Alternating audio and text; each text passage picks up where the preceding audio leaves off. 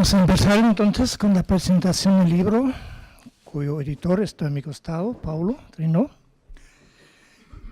El Perú en teoría es un libro que nos orgullece como fondo editorial, un libro que hemos buscado.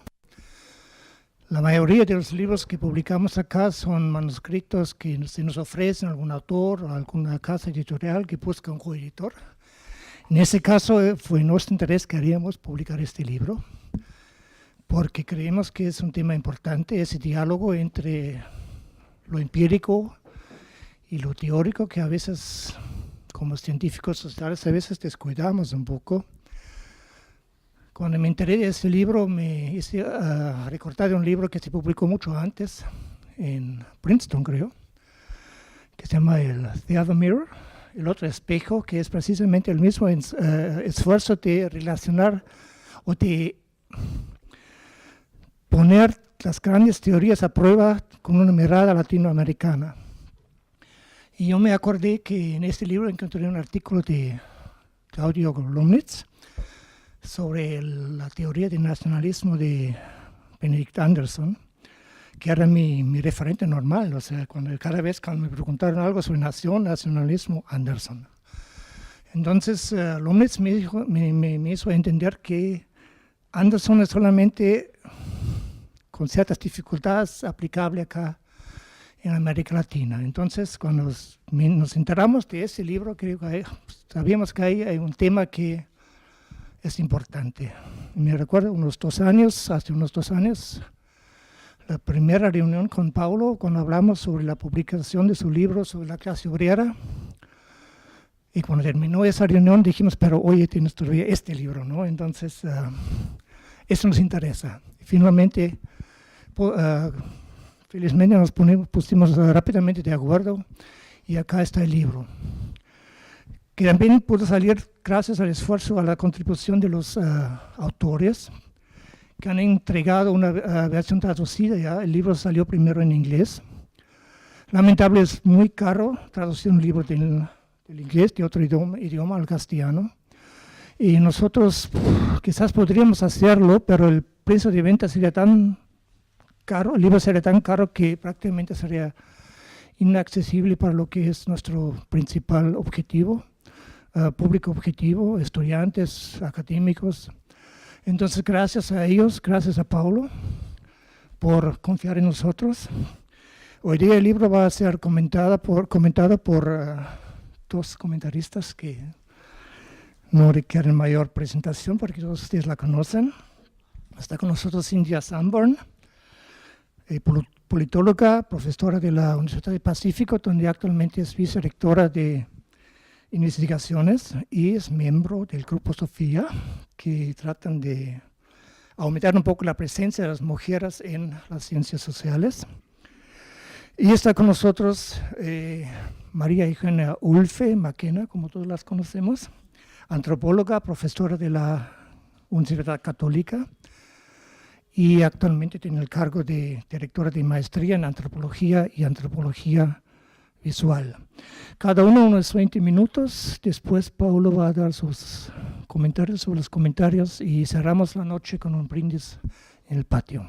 Bueno, entonces, ¿quién empieza? Cynthia.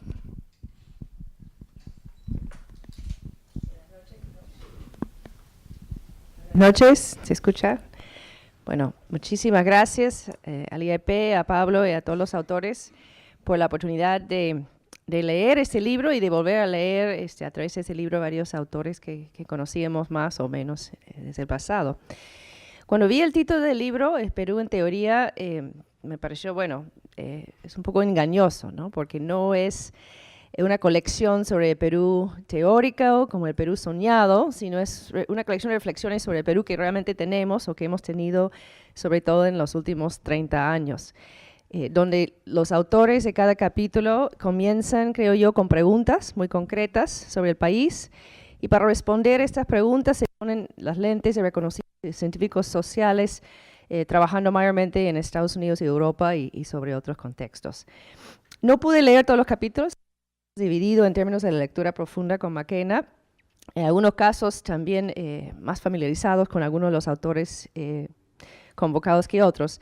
Pero habiendo leído más de la mitad, creo, tengo una abundancia de comentarios que trataría de mantener acotados esta noche. Voy a comentar 4 de los capítulos en particular y algunos temas transversales, ¿no? El primer capítulo que quiero comentar, y bueno, celebrar en todos casos, ¿no? Es el de Alberto Vergara, el régimen de Fujimori a través de los lentes de Tocqueville. Y Alberto comienza preguntando lo siguiente: ¿cómo explicar la recaída de Perú en el autoritarismo durante el Fujimorato? Para responder a esta pregunta, ¿cómo recaímos nuevamente en el autoritarismo? Él considera que de Tocqueville nos ayudaría con sus reflexiones sobre las tensiones eternas entre libertad e igualdad y lo que ocurre cuando las sociedades democráticas cometen excesos y acojan a la tiranía. Reflexiones generadas en el contexto de la Revolución Francesa, pero interesante para pensar la experiencia de Perú reciente y de hecho no solamente de Perú. Como es sabido, de Tocqueville fue político, diplomático y viajó bastante al servicio del gobierno, de su gobierno, para reportar sobre sucesos en diferentes partes del mundo, incluyendo 9 meses en Estados Unidos y Norteamérica, donde extrajo lecciones sobre esta joven democracia y cómo se contrasta con Francia.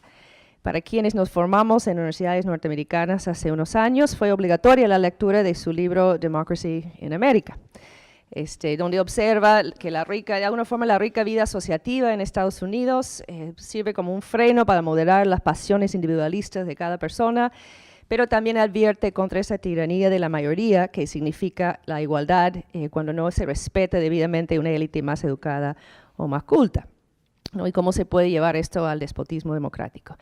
Alberto, sin embargo, enfatiza otra lectura, l'Ancien Régime y la Revolución, donde de Tocqueville analiza la misma sociedad francesa antes de la Revolución y los factores que llevan a ella. En esta obra, de Tocqueville enfatiza la continuidad dentro del cambio, en particular la continuidad de una forma de gobierno centralizado y la debilidad de aquellos poderes o contrapoderes que podría moderarlo. También observa cómo la eliminación del sistema feudal de los estates lleva a una mayor separación entre las clases y el odio de clase que demostrará la revolución. Esto Alberto lleva al caso peruano y comenta que la expansión de la capacidad estatal de Perú en los años 60, 70 se hizo a costo de debilitar lo que él llama esas élites periféricas o poderes intermedios en diversas regiones del país. Poderes que en el pasado habían servido como contrapeso al poder central, y un proceso de eliminar o de debilitar los poderes intermedios que se agudiza, según la lectura de Alberto, con la violencia de los 80, dejando de una forma libre el camino para un líder como Fujimori, que no solamente gana elecciones, sino llega a gobernar casi contrapesos significativos durante una década, ¿no? De hecho, Alberto ve continuidad y afinidad, en este caso, entre el régimen de gobierno de Velasco y de Fujimori.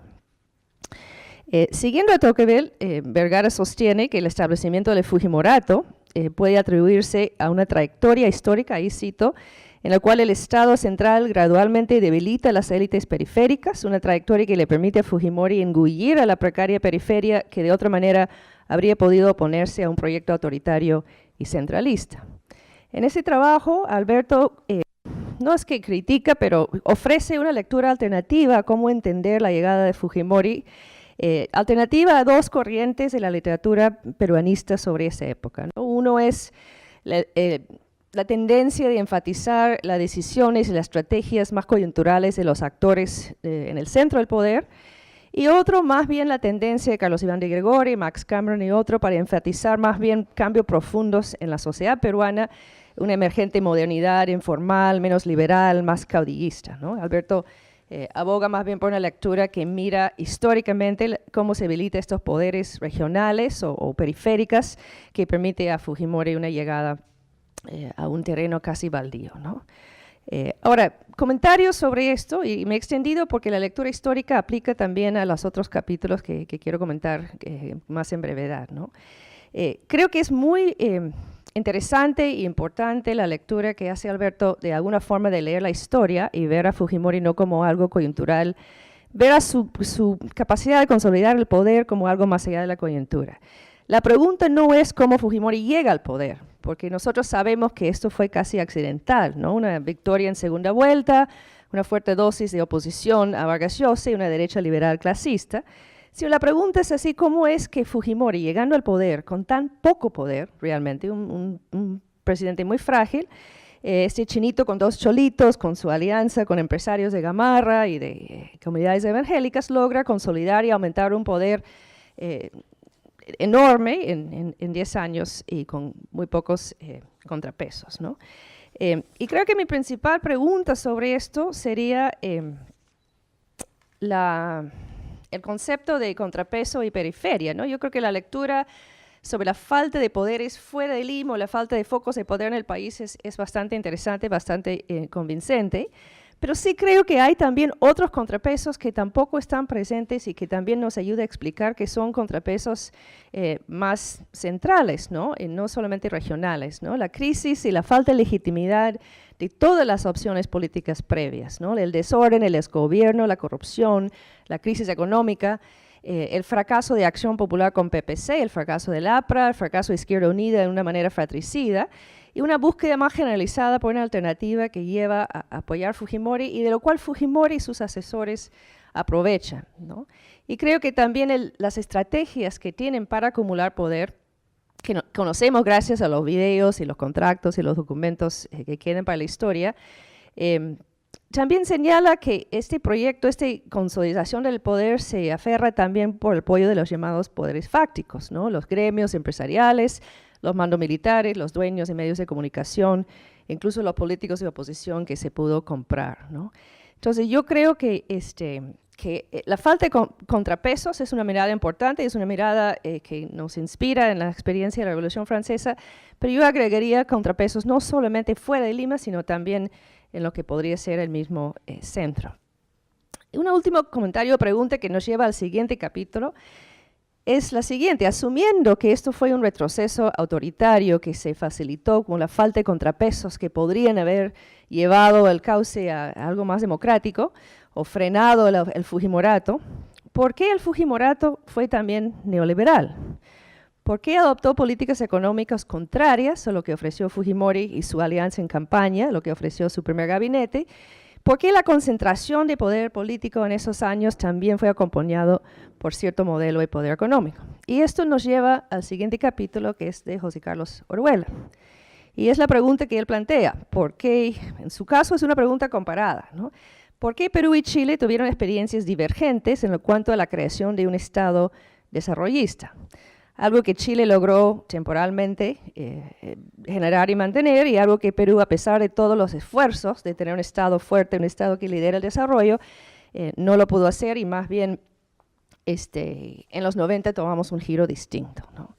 José Carlos considera, para responder a esta pregunta, que si comparamos Perú con Chile y analizamos esos caminos divergentes, se puede aplicar la mirada del brillante economista de desarrollo Albert Hirschman. Y de hecho su comparación de Perú y Chile se inspira en los múltiples trabajos de Hirschman que han inspirado a muchos de nosotros, ¿no?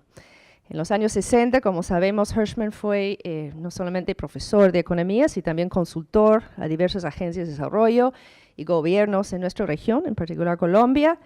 Y a diferencia de muchos economistas, para quienes las teorías de modernización y toda la euforia sobre la posibilidad de modernización capitalista democrático, en lo cual significa tener recetas y secuencias más o menos enlatadas, Hirschman enfatizó la necesidad de conocer cada realidad en contexto, cada país o cada sociedad, y sobre todo enfatizó el proceso de reforma y cómo funcionan los procesos en cada contexto, ¿no? Cómo lograr estrategias de desarrollo adecuadas y exitosas para cada realidad y cada país. Y por eso dio mucho énfasis en lo que es la agencia y los llamados reform mongers, ¿no? Esto fue reflejado en el trabajo clásico de Hirschman, que inspira a José Carlos, como muchos de nosotros, Exit, Voice y Loyalty, Salida, Voz y Lealtad, que trata de opciones que tienen los miembros de una organización, sea una empresa, un mercado, una nación, una comunidad, si las cosas no van bien o estamos descontentos. La salida para Hirschman es la opción de irnos. No nos gusta la situación, nos vamos. Pero también tenemos la opción de voz, ¿no? De quedarnos y proponer soluciones, defendernos o protestar. Según Hirschman, cuando existe mayor facilidad de salida, entonces hay mucho menos tendencia de levantar la voz. Pero ahí entra el tercer concepto, que es lealtad, ¿no? O el deseo de quedarse, sea por compromiso con el dueño de la empresa, el compromiso con el patriotismo, el sentido nacional, por la camiseta, algo que los aliancistas conocen bastante bien. Los miembros leales de una organización quieren que ese tenga éxito a pesar de todo, y cuando tienen voz y son escuchados pueden lograr cambios importantes en ellos. Los ejemplos que usa Hirschman van por el lado, por ejemplo, del sistema de educación pública, cuando los padres empiezan a abandonar los colegios, quizás para cada familia, la salida, cuando tienen un poco más de ingresos, es poner sus hijos en un colegio privado que consideran mejor, pero para el sistema termina siendo no idóneo para cada uno, y por eso trata de ver cómo se puede lograr que haya padres que se queden con voz en vez de fugarse, ¿no? Pero a ver, en el caso de José Carlos, sin embargo, él aplica esto a la historia entera, o la historia del desarrollo de los estados en Chile comparado con Perú, ¿no? Y a ver, en el caso chileno, también nos remonta, igual que Alberto, a los años 50 y 60, y cómo Chile logra dar mucha importancia a la cooperación de desarrollo, al Corfo, la creación de think tanks e instituciones financieras de alcance regional como CEPAL y Flaxo, de las mismas universidades chilenas, que surgen como una alternativa a la Cuba revolucionaria en los años 60, 70, y que tiene como parte del paquete un Estado orientado realmente al desarrollo, a liderar y promover el desarrollo, ¿no? Y aun cuando esto se hunde bastante con Pinochet, aun cuando los militares entreguen el manejo económico a los Chicago Boys en Chile, se mantiene un Estado con elementos más desarrollistas, y al volver la democracia también recupera en alguna forma este protagonismo. La historia que cuenta José Carlos en el caso de Perú es bastante diferente. En los 60 Perú también es parte de esta ola modernizante, hay nuevas universidades, algo que también describe bastante Alberto, nuevas instituciones de élite modernizante, se profesionaliza el Banco Central, el MEF, con Velasco hay más reformas estatales todavía.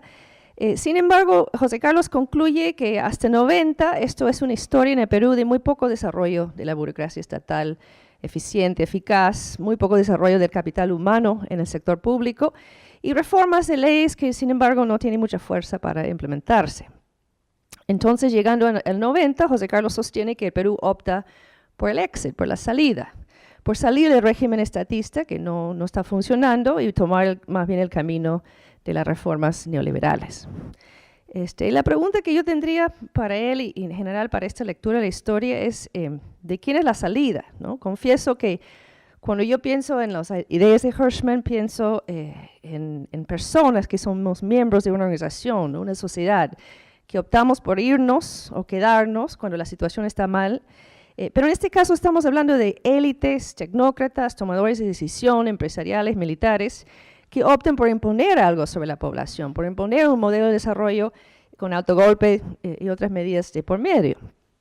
Y opten por hacerlo cuando el Perú está en una crisis tan profunda, cuando la economía nacional está colapsada, cuando las empresas públicas están mayormente quebradas y la sobrevivencia del mismo Estado está en cuestión. Entonces, ¿cómo seguir en un camino desarrollista con un país paria a nivel mundial? Me parece que la opción de quedarse y de mantener este modelo era bien poco viable, ¿no? Además, me parece que esas conclusiones no están tan claras respecto al rol de la agencia en esta historia, como más bien al rol de las herencias del pasado, ¿no? En el caso chileno, en realidad, José Carlos mismo nos cuenta que el Estado fuerte, el Estado capaz en Chile se desarrolla desde bastante atrás, siglo XIX, fines, principios del XX, con instituciones que funcionan y élites comprometidos con ellas, cosa que es distinta en el caso peruano. Entonces, cabe la duda también cuánto hay de agencia en esta opción última y cuánto hay realmente una herencia que nos es muy difícil superar. En mi opinión, también la salida en el Perú, y creo que en ese sentido Hirschman es muy relevante a diversos niveles de análisis, ¿no? La salida en los 90 para muchos peruanos sería la salida de quienes pierden su trabajo, pierden sus ahorros, se van del país o se van a engrosar las filas de la economía informal, la popular, ¿no? Una opción mayoritaria, sobre todo en términos de nuestra economía y mercado laboral, ¿no? Esta es una salida dramática. Y una salida que, según las encuestas de opinión hasta el día de hoy, de muchas personas que no comparten la opción neoliberal o las recetas impuestas en esa época, sino quieren un Estado más fuerte, un Estado que les da más seguridad, que lo provee más apoyo y servicios, ¿no? La lealtad, según yo lo leo, sería de quienes opten por quedarse y tratar de competir dentro de las reglas formales, aun cuando las verdaderas reglas de juego eran bastante sucias, ¿no? Ahí yo quisiera pasar a un tercer capítulo, no sé cuánto tiempo, si yo estoy... Ok, el tercer capítulo, que es la que conocí bastante antes porque había leído la tesis doctoral, que es la de Cecilia Perla, ¿no? En lo cual ella plantea también una pregunta novedosa: ¿por qué no hay conflictos aparentes en la mayoría de proyectos mineros de Perú? ¿No? Es una pregunta a contrasentido en un país en lo que abundan estudios sobre conflictos mineros y donde prevalece la imagen o la percepción de que Perú es un país de alta conflictividad alrededor del sector minero, especialmente alrededor de las empresas transnacionales en ese sector. Sin embargo, Cecilia comienza observando que en 80% de los proyectos mineros en nuestro país no registran conflictos, no registran huelgas de sus trabajadores ni confrontaciones con las comunidades cercanas, al menos no al nivel de ser registrado por las autoridades, la defensoría o los medios de comunicación. Entonces, ¿cómo entender esto, ¿no? Un país con una percepción de alta conflictividad, pero en realidad la mayoría de operaciones mineras, la mayoría de proyectos mineros proceden sin estos conflictos que se puede ver, ¿no? Y para entender esto, ella le viene muy bien la obra del politicólogo y antropólogo James Scott, tanto a nivel conceptual como metodológico. Scott, como muchos saben, es otro autor que empieza a escribir en el contexto de los años 60, en el contexto de la Guerra Fría, de la Guerra de Vietnam, y justamente siendo experto en el sudeste asiático, Scott escribe sobre las formas en las cuales los campesinos resisten la autoridad en la economía moral del campesino, argumentando que prefieren relaciones de patrón-cliente, en lo cual los más ricos protegen a los más débiles, y no tanto la confrontación abierta o violenta, ¿no? Scott observa además de cuando las formas tradicionales de solidaridad entre diferentes sectores rurales se rompen con la introducción de fuerzas de mercado, ahí es cuando la revolución o la rebelión más violenta es más probable. En otro trabajo, Weapons of the Weak, que creo que muchos hemos leído, Armas de los débiles, Scott extiende esa idea de que los débiles en realidad tienen muchas formas de resistencia cotidiana y muchas formas de negociar por debajo, de desafiar, de hacer lo contrario o de no dejar ver su verdadera faceta, que no podemos ver si estamos mirando solamente lo que llega a la superficie o lo que es publicada, ¿no? Hace distinciones Scott entre, por ejemplo, las interacciones abiertas y públicas que ocurren, el conflicto, el debate, la mesa de negociación, y lo que ocurre detrás del escenario en el transcrito oculto, en lo cual las relaciones día a día toman otras causas, ¿no? Y argumenta Scott que por términos conceptuales y metodológicos no podemos realmente entender ni el conflicto ni la falta de conflicto si no estamos mirando muy de cerca, por debajo de la superficie, que también es una apuesta metodológica para la etnografía y para el trabajo de caso, ¿no? Entonces, para Cecilia Perla, que hace incluso una tesis doctoral sobre cómo dos empresas mineras grandes en el Perú manejan sus relaciones comunitarias, dos empresas que en la época de hacer su tesis no tenían grandes conflictos aparentes, Scott le ofrece 3 pistas para entender este material en el caso peruano. Primero, la necesidad de estudiar situaciones en las cuales el conflicto no es aparente, que puede ser tan importante como estudiar los conflictos, ¿no? Y una vez saqué la cuenta y creo que hay una abundancia de investigación sobre 5 o 6 casos mineros en el Perú, en lo cual las tesis vienen por decenas, porque los conflictos son espectaculares y hay material disponible, y ella decide ir por el camino de Scott de mirar donde esto no es tan notable, ¿no? También ella toma de Scott un poco los argumentos sobre qué impacto tiene la introducción de cambios en el mismo sector industrial o en este caso minero, ¿no? Cambios, por ejemplo, cuando se pasa de minería de socavón a tajo abierto, cuando las comunidades ya no encuentran tantas fuentes de trabajo, cuando las relaciones entre una comunidad y una empresa minera vienen a ser distintas porque ya no se está buscando trabajar en la empresa, y tomar en cuenta qué significa en términos de las relaciones día a día, ¿no? Y el tercer pista que ella toma de Scott es un poco la necesidad de estar atento a las reacciones a grupos subalternos frente a los actores con más poder, cómo las negociaciones ocurren alrededor de diversos niveles de relación, ¿no? Igual que Hirschman y otros, Scott aboga por estudiar y reconocer la agencia de los actores, la importancia de los actores, aunque en este caso son actores bastante subalternos. Los comentarios que yo tendría sobre esto es, primero, creo que es muy sugerente e interesante esta mirada en el Perú de hoy, porque tenemos justamente una situación de doble cara en el sector minero. Por un lado, tenemos empresas transnacionales que vienen de todas partes del mundo, empresas chinas, brasileñas, mexicanas, canadienses, japoneses, que deben cumplir estándares bastante exigentes de responsabilidad social y ambiental, presiones de sus accionistas, presiones de los mismos bancos de fomento que financian los proyectos, y tiene una serie de estándares de conducta y relación comunitaria formales y de cierta exigencia, ¿no?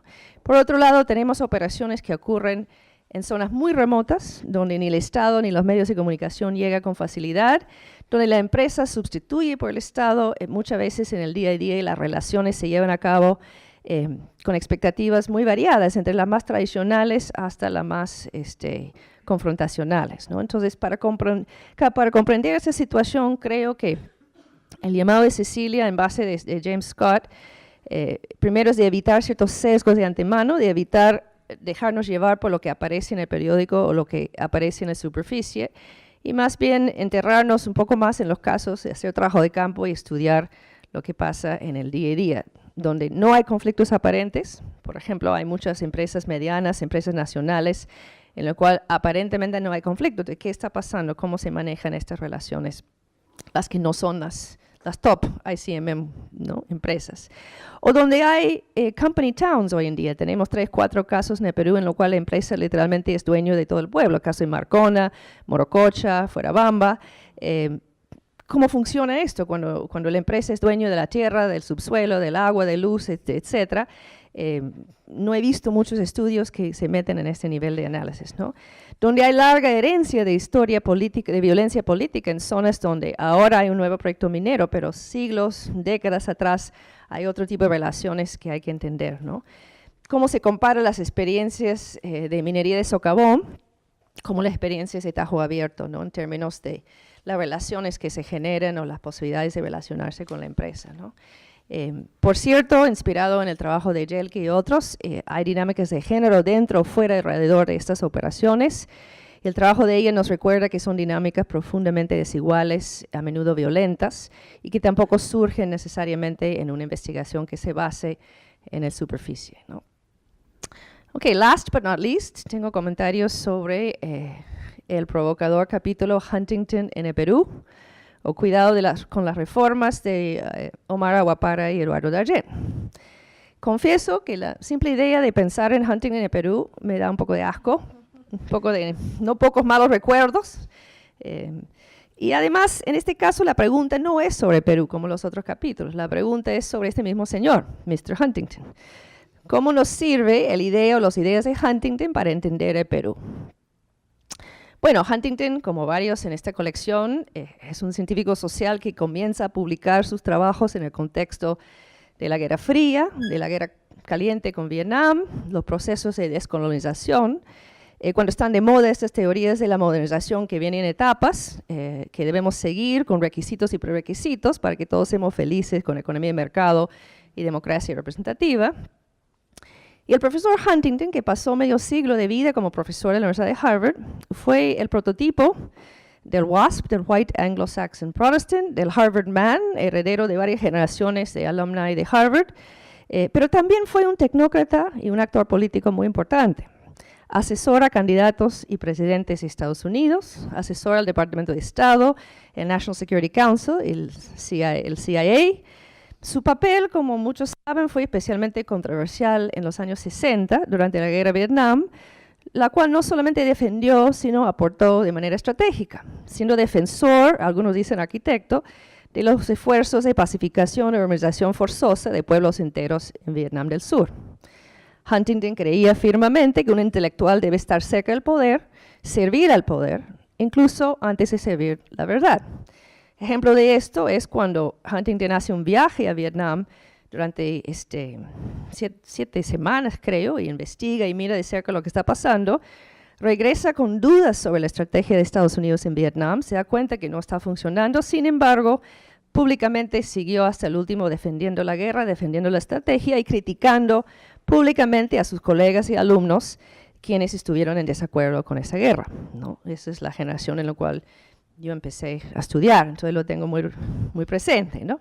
Los trabajos de Mr. Huntington ha celebrado el rol de las Fuerzas Armadas como tutores y líderes de sociedades en desarrollo, el rol de las élites y las fuentes de autoridad tradicional, la importancia de la civilización occidental a su manera, y su último y creo que peor trabajo, Who Are We?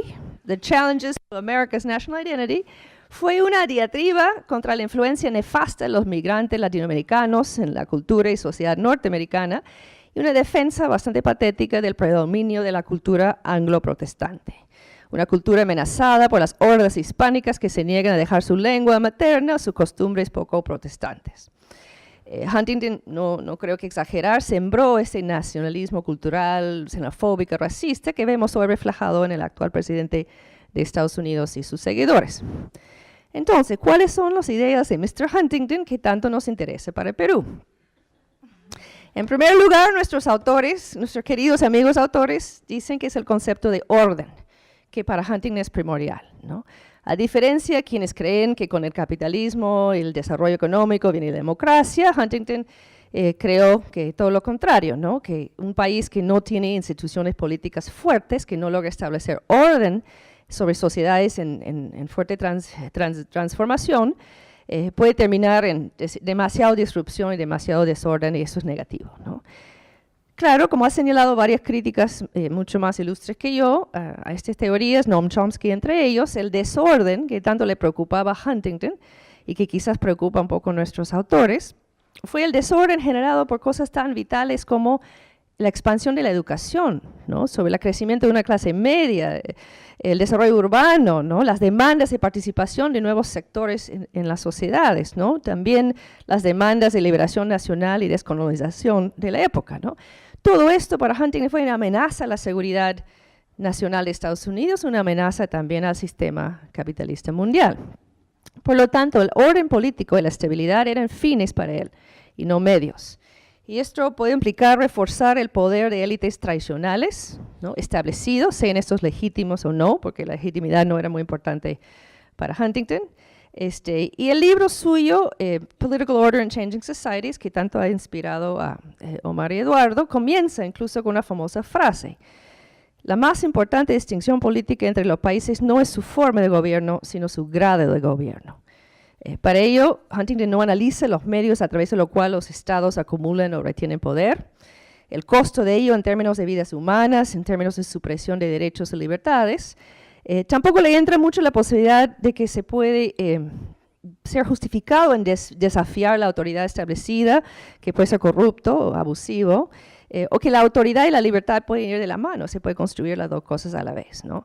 Por ejemplo, si leímos con detenimiento este mismo libro que ha inspirado a nuestros amigos, para Huntington, Sudáfrica, bajo el apartheid, es un ejemplo de una sociedad satisfecha, una sociedad ordenada. Las Fuerzas Armadas en Sudamérica eran garantes de orden y estabilidad. Incluso la Unión Soviética fue motivo de su admiración por su capacidad de mantener férreo control sobre su población. Incluso Francis Fukuyama, que era uno de los grandes discípulos de Huntington, dijo que este aparente orden que Huntington admiraba en la Unión Soviética fue en realidad una fachada, a través de lo cual vimos un alto grado de ilegitimidad y putrificación que Huntington no fue capaz de ver, ¿no?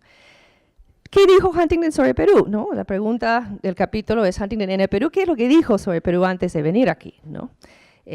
Perú aparece en múltiples referencias como en esos Indian countries, en esos países de indios, más o menos estables, donde las Fuerzas Armadas son la institución mejor organizada y en mejor posición, cito, para dar expresión organizada a la voluntad nacional, junto con El Salvador, Guatemala, Ecuador y Argentina. Sin duda, el gobierno revolucionario de las Fuerzas Armadas contó con su visto bueno en la medida que logra frenar una amenaza guerrillera en los Andes peruanos y una Cuba comunista en nuestras fronteras. Si Huntington nos hubiera visitado en 1992, no dudo que hubiera felicitado a Alberto Fujimori y su cúpula por rescatarnos del caos y establecer orden. Y si fuera 1999, también creo que hubiera celebrado la capacidad del chino para mantenerse tanto tiempo en el poder. Entonces, ¿qué dicen nuestros autores, Omar y Eduardo, sobre Huntington en el Perú? Primero, ellos extraen una versión light o blanqueada de los argumentos de orden político en sociedades en cambio, reconociendo que tiene mucho más implicancias conservadoras que es su verdadera vocación. Extraen la parte que dice que los cambios que son productos de la modernización producen desórdenes políticos en estados con instituciones políticas débiles. Y el riesgo inherente al del desorden sería peor que la sociedad tradicional que se deja atrás, pues ningún proyecto político es viable en caos. Entonces, la recomendación de nuestros autores es lo siguiente, cito: las sociedades con instituciones débiles harían bien en ser conservadoras y reforzar sus instituciones antes de promover el cambio político. Para Omar y Eduardo, el Estado peruano sufre del tipo de debilidad institucional sobre el que nos alerta Huntington, con una capacidad limitada de responder a demandas sociales, una baja legitimidad, la generación de leyes que no se cumplan, una masiva informalidad, etcétera, ¿no? Y junto con ello, un poder ejecutivo con mucha discrecionalidad, poblado de tecnócratas y hacedores de políticos especializados con altos niveles de formación, quienes, sin embargo, no deberían, nos dan consejo los autores, no deberían avanzar demasiado rápido con nuevas reformas, porque no hay capacidad institucional. Antes de hacer reformas en el país, nos dicen, se debe ser muy consciente de los límites del Estado y el contexto político. Pero realmente sufrimos del desorden y la debilidad institucional a lo cual Huntington hace alusión.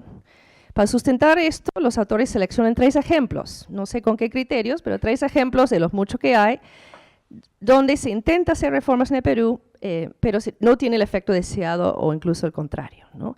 La ley de partidos políticos, la descentralización de la defensa civil y los vicios de la municipalización. No me queda claro, sin embargo, qué tiene que ver mucho estos ejemplos con lo que nos habla Huntington. En un argumento yo considero mucho más fuerte, un argumento sobre la necesidad de tener un férreo control político hasta una dictadura modernizante para establecer primero orden, luego derecho, luego poder implementar reformas económicas y sociales. El mensaje de construir primero Estado y luego ciudadanos, pero no me queda claro que eso es lo que queremos tampoco en el Perú, ¿no? Si es realista para el Perú pedirnos que bajamos más aún las expectativas, si no podemos reformar la defensa civil, significa que no debemos entonces tratar de reformar más la educación, la salud, la nutrición infantil, ni hablar de igualdad de género, derechos civiles iguales para todos los grupos. Es decir, si el Estado no es capaz de descentralizar defensa civil, debemos irnos a nuestra casa y no intentar cosas más audaces. No creo que esto realmente es el mensaje, ¿no? Huntington, estoy seguro, no estaría para nada a favor, por ejemplo, de la implementación del OIT 169 en el Perú, del derecho a la consulta previa. No solamente porque probablemente hubiera compartido algunas ideas con Alan García, que se menciona en el libro, sino porque el Estado, para Huntington, no sería capaz de reconocer sus ciudadanos indígenas, de dialogar con ellos, de establecer procesos de consulta antes de tomar decisiones, ¿no? No por ello, sin embargo, no es relevante hacer ese tipo de reformas, aunque el riesgo es que no sean perfectas, porque pueden ser realmente audaces y pueden abrirnos, pueden ayudarnos a avanzar en algo, la conducta de nuestro Estado. Termino con lo siguiente, la idea que necesitamos construir instituciones políticas primero, antes de avanzar otros objetivos económicos, sociales y culturales, que es de alguna forma la versión neutral de Huntington. Primero el Estado, luego el desarrollo social económico y más allá los ciudadanos con sus derechos. Esa idea atraviesa buena parte del libro, ¿no? No tenemos instituciones políticas que funcionen, el resto es difícil porque no las tenemos, ¿no? Y permea también la producción nacional en ciencia política en general. Pero yo diría tener cuidado con esto. Quizás Mr. Huntington nos diría que esas son cosas que no podemos lograr, buenas instituciones políticas, a través de medios democráticos, sino que nos hace falta, por ejemplo, tener un tercer chino o China para ajustar las tuercas y terminar lo que Velasco y Fujimori comenzó. Espero que no sea el mensaje, y sé que no es el mensaje realmente de nuestros autores, pero me temo que un Huntington en Perú vendría quizás con este mensaje. Voy a terminarlo ahí, creo que he terminado mi límite de tiempo.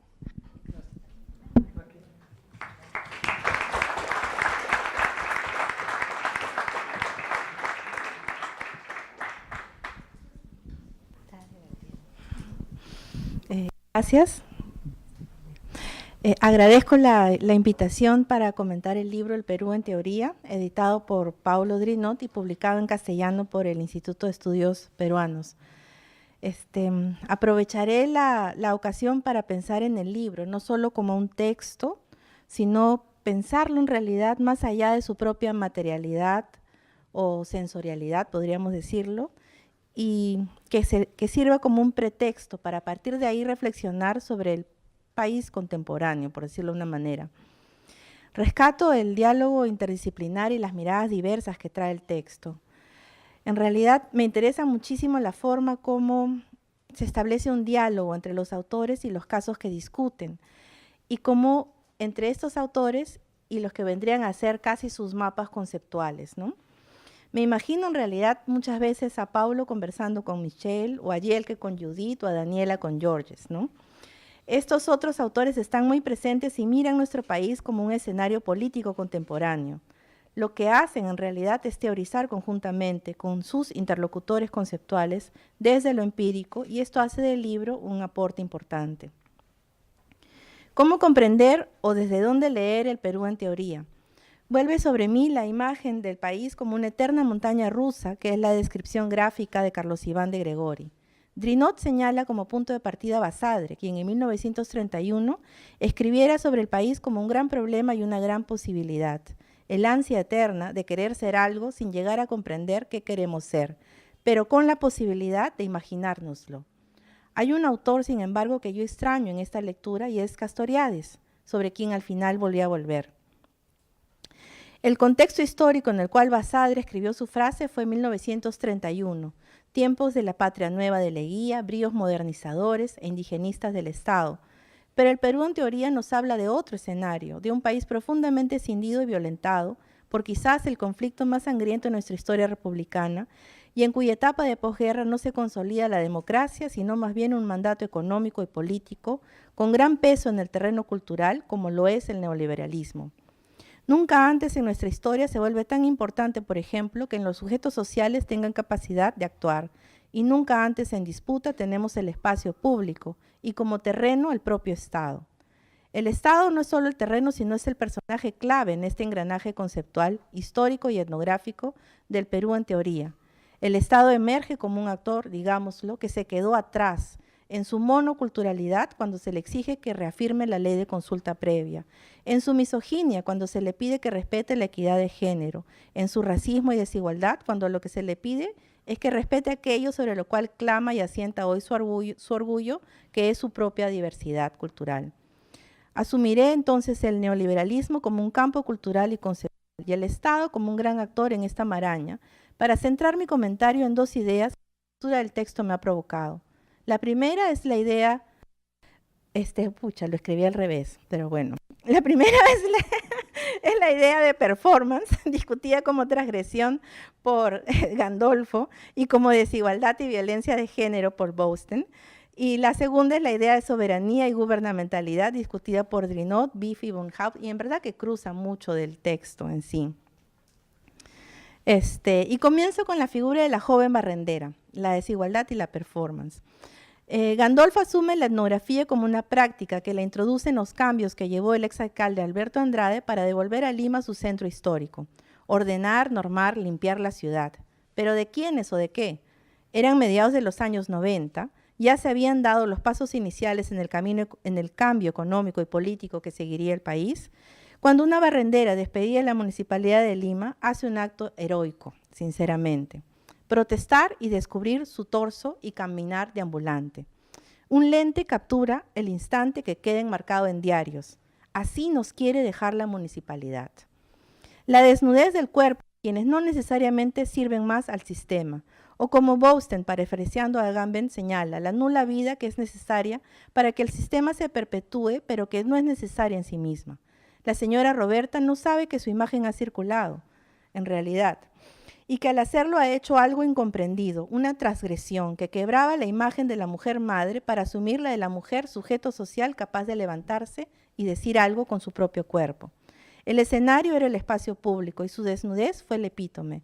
En sus 30 años de reportero gráfico nunca había visto algo así. dice quien toma la foto. El centro histórico de Lima no era el único espacio que se estaba privatizando a mediados de los años 90. Lo era también el centro histórico de Ayacucho, bajo la consabida idea de que había que dejar atrás la traducción literal de la palabra del quechua Ayacucho, que significa rincón de los muertos, para pensar mejor en la morada del alma. La lucha de significación se traslada de la calle al lenguaje y del lenguaje a la imagen. En Ayacucho, esta recuperación coadyuvó a que se le dé centralidad a la fiesta de la Semana Santa, pero en Lima era empujar a quienes habían llegado a tomar y ocupar el espacio, los inmigrantes, en su mayoría andinos y en menor parte de la Amazonía. Estos habían transformado el espacio geopolítico y eran en sí la mayor transgresión de todas. La mujer era su representación, su campo de batalla. Y es esta idea la que quiero hilar con la que extrae Yelke en este texto. Durante los años del conflicto, la violencia se había extendido como nunca. Es la violencia de la norma. La norma produce violencia al impedir que la gente sea lo que desea ser en los más fundamentales aspectos de su vida. Por ello es violencia por restricción. Es esta violencia la que traza fronteras entre ser y no ser, como señala Butler. Hace que ciertas vidas sean vivibles dependiendo de dónde se está y bajo qué normativos se actúa. Saludo que traiga el trabajo de Campuzano como ejemplo de vanguardia. Su vida fue una constante lucha por quebrar el binarismo en la relación de género y en su trabajo académico muestra con sosiego y tesón la forma como ciertos cuerpos son siempre hostigados, vigilados y controlados. En un país que a pesar de quebrar normas y transgredirse a sí mismo constantemente, como sería la corrupción dentro del Estado o la violación de derechos humanos, no permite que todas las transgresiones se muestren.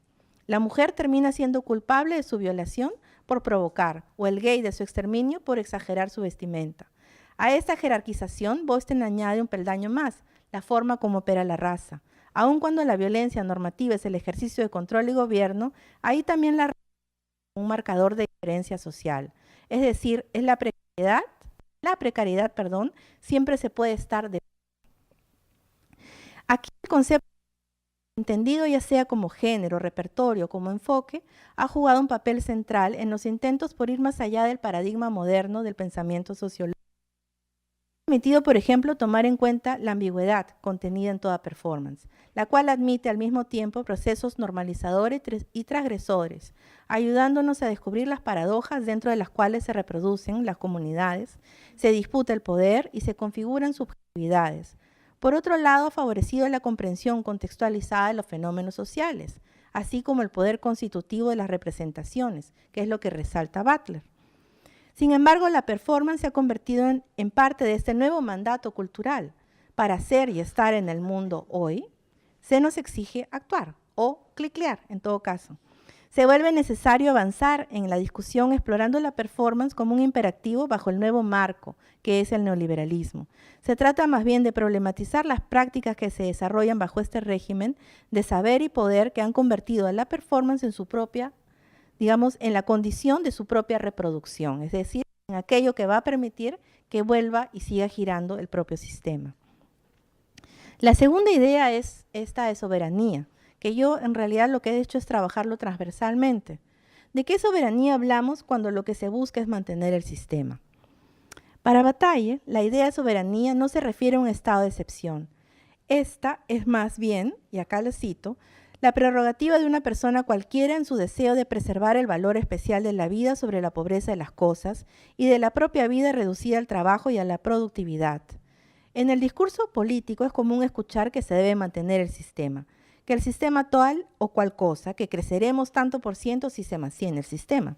¿Pero a qué sistema se refiere? ¿No es una contradicción acaso reclamarnos nacionalistas respecto al pisco, la gastronomía o nuestro patrimonio cultural, material o inmaterial, y al mismo tiempo exigir que el sistema se mantenga aun cuando esto último signifique la presencia de capitales y estados foráneos en territorios donde no es bienvenido? O como acaba de señalar Cintia, con 3 ejemplos de casos de poblados enteros dominados o controlados, donde la empresa es la dueña, ¿no es así? Hoy en día hay una relación intrínseca entre movimientos sociales y territorio. Los artículos de Orihuela, Perla, por ejemplo, lo muestran. Y una deslegitimación del poder ejercido desde el Estado, como los artículos de Drinot, Bife y Bonhau, también lo dicen. Drinot va más allá cuando sugiere que la soberanía del Estado es tan precaria que debe recurrir al miedo y a la negación de existencia de un grupo poblacional con el fin de instalar su poder. Y acá cito en realidad parte de una tesis que está en elaboración. Tenemos nuestro derecho a defender nuestro territorio y nuestros hijos wampis tienen que aprender a defender nuestro territorio. ¿Quién tiene que velar por todo aquello para que la selva se mantenga como tal? Tienen que ser los hijos. Ante un Estado carente de legitimidad política, de narrativa nacional, la memoria como práctica y performance política se ha instalado en la nación wampis. ¿Sabían ustedes que hoy hay representaciones de teatro, cumbias, relatos orales, poemas, cuentos, todos relacionados con el baguazo? La cumbia, el género musical reconocido por su modernidad de combinar instrumentos y estilos musicales, se entona en wampis. Comienza el único grupo de música chicha a dar cuenta del día, 5 de junio del 2009, y siguen cantando en wampis. El lenguaje se vuelve importante porque quiere decir que solo es para la comunidad. Son ellos los llamados a defender su territorio. El Estado socava su soberanía al deslegitimizarse políticamente. En la escuela de la comunidad nativa wampis, la profesora se preocupa de colocar en la pizarra unos dibujos y viñetas que cuentan los sucesos ocurridos en la Curva del Diablo en Bagua el 5 de junio del 2009. Son ya en realidad varios los años que llevan representando en la escuela lo que sucedió ese día. El énfasis está puesto en tratar de reconstruir lo más verosímil a cómo fue y la insistencia en mostrar las falencias del gobierno. Lo que les cuento es parte de la tesis de maestría en antropología visual de Vanessa Romo, quien viene trabajándola en formato documental en realidad. Cámara en mano se acerca a los niños, quienes con ayuda de los adultos tallan sus armas de madera para representar a los policías. La representación no es para afuera, en absoluto, es para ellos mismos, para los niños y las niñas wampis, para que comprendan que son los llamados a defender su territorio. ¿Y por qué traigo este ejemplo a colación? Porque en realidad en varios momentos a lo largo del texto se cita el discurso del perro del hortelano como un momento en realidad importante en la discusión política y en la instalación, en verdad, de ciertas ideas dominantes o hegemónicas. Agamben resalta el carácter ambiguo del sistema democrático bajo el modelo actual, ya que la sociedad civil mostrará su doble rostro. Estará sujeto al poder de la soberanía, pero también a sus libertades. Para callar estas libertades se instala el miedo. Se defiende un modelo bajo el insulto y el miedo levantando fantasmas, como señala Drinot, o como hoy sería con Mis hijos no te metas y el terror que les quiebren su modelo binario de género. Si bien es cierto que la gubernamentalidad de Foucault permite asir el neoliberalismo como fenómeno social, se vuelve necesario comprender cómo ésta se despliega de manera selectiva en distintos campos. Uno de estos es la idea de soberanía. Pasar de acuerdo a los grandes proyectos destinados a mejorar la forma de vida del ciudadano, del reemplazo de la soberanía por la gubernamentalidad en una clara progresión teleológica. Las otras categorías que se problematizan ahí son precisamente las de ciudadano-ciudadana, quiénes, cómo, bajo qué modelos y la idea de participación. La gramática racial y su poder se colocan al servicio del necropoder. Es esta maquinaria funcional al sistema, como lo muestran Drinot, Biffy y Bonhau, para el caso de García y su perro el hortelano. Su retórica perruna configura un proyecto político que deja de lado un grueso de la población peruana, la clasifica, la norma, la desrepresenta, pero al hacerlo pone en jaque la propia soberanía del Estado, que ya no será llamado a defender su territorio, sino que se verá confrontado con sus propias poblaciones.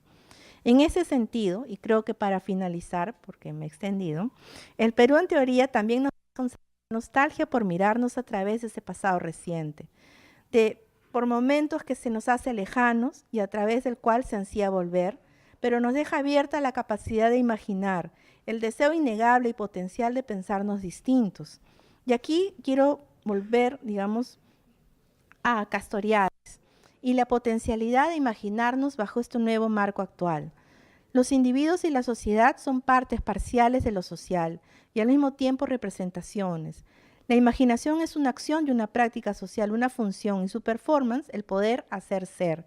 El movimiento y su transformación, que como en el caso de la escuela One Piece, la barrendera, o las mujeres que alzaron su voz en alto y asumieron el papel de ciudadanas saliendo a buscar a sus desaparecidos y denunciando sus violaciones, nos hacen pensar y recuperar la posibilidad de quebrar los mandatos de eficiencia organizacional, de eficacia cultural o efectividad gubernamental política. Como alguna vez escribimos con Gisela, en términos de una gubernamentalidad neoliberal, el imperativo de la performance encuentra su expresión en el mandato de la participación y en la configuración de un sujeto participativo. Y es esta misma la que nos abre la potencialidad de pensar que las jerarquías pueden romperse, la equidad puede ser posible y la diversidad comprendida en la base y configuración del Estado. Gracias.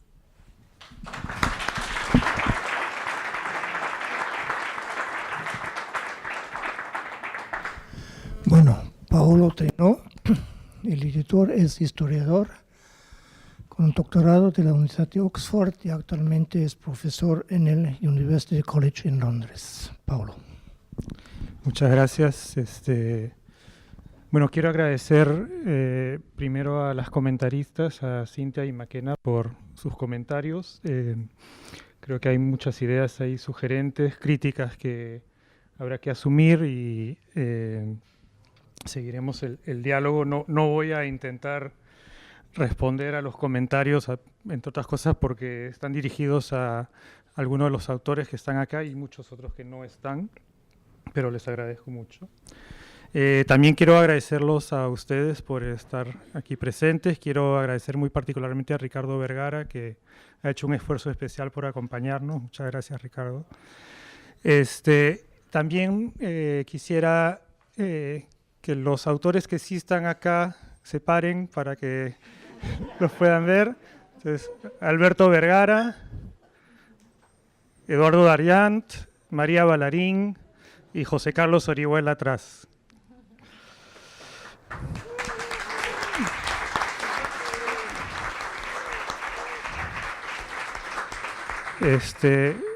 También quiero agradecer al Instituto de Estudios Peruanos, a Ludwig, a Odín del Pozo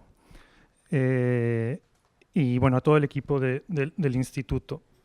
No quiero decir mucho, solo que bueno, el libro empezó ya hace unos años como una serie de conversaciones entre los autores. Tuvimos un primer panel en uno de los LASA, y de ahí salió un proyecto que a mí me ha interesado mucho. Estoy realmente muy contento con el libro que primero salió en inglés y que ahora está en castellano. El libro en inglés es muy caro y creo que está en unas cuantas bibliotecas universitarias en Estados Unidos y en Inglaterra y no lo leerán muchas personas, pero espero que la versión en castellano se lea.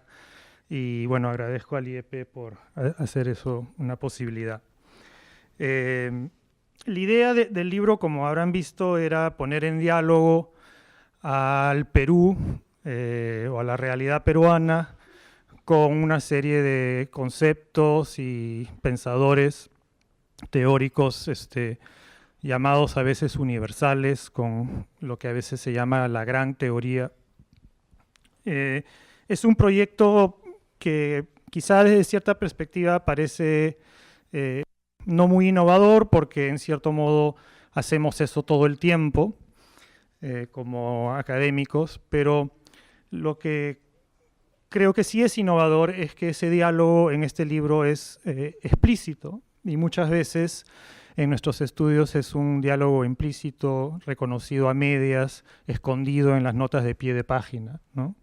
Entonces, el esfuerzo aquí ha sido hacer visible ese diálogo de una manera muy clara, y creo que han salido cosas bastante interesantes. Algo que a mí me llamó mucho la atención es que no les plantea a los autores otra cosa que escoger a un autor y hacer ese diálogo.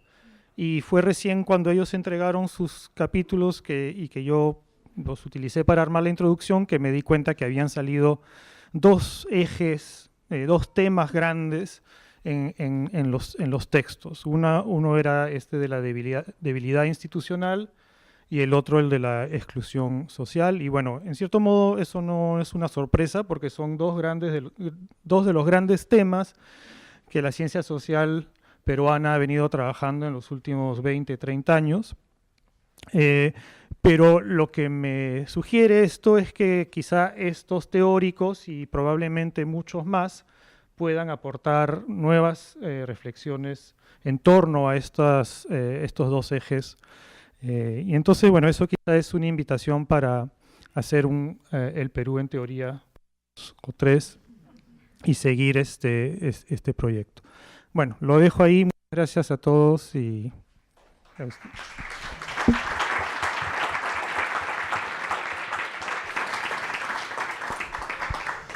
Bueno, muchas gracias Cintia, muchas gracias Maquena, gracias Paulo y gracias a ustedes. Teníamos nuestras dudas y lunes era un buen día para una presentación, pero pocas veces la sala se ha llenado tanto. Así que todos están invitados al patio y seguimos conversando. Gracias.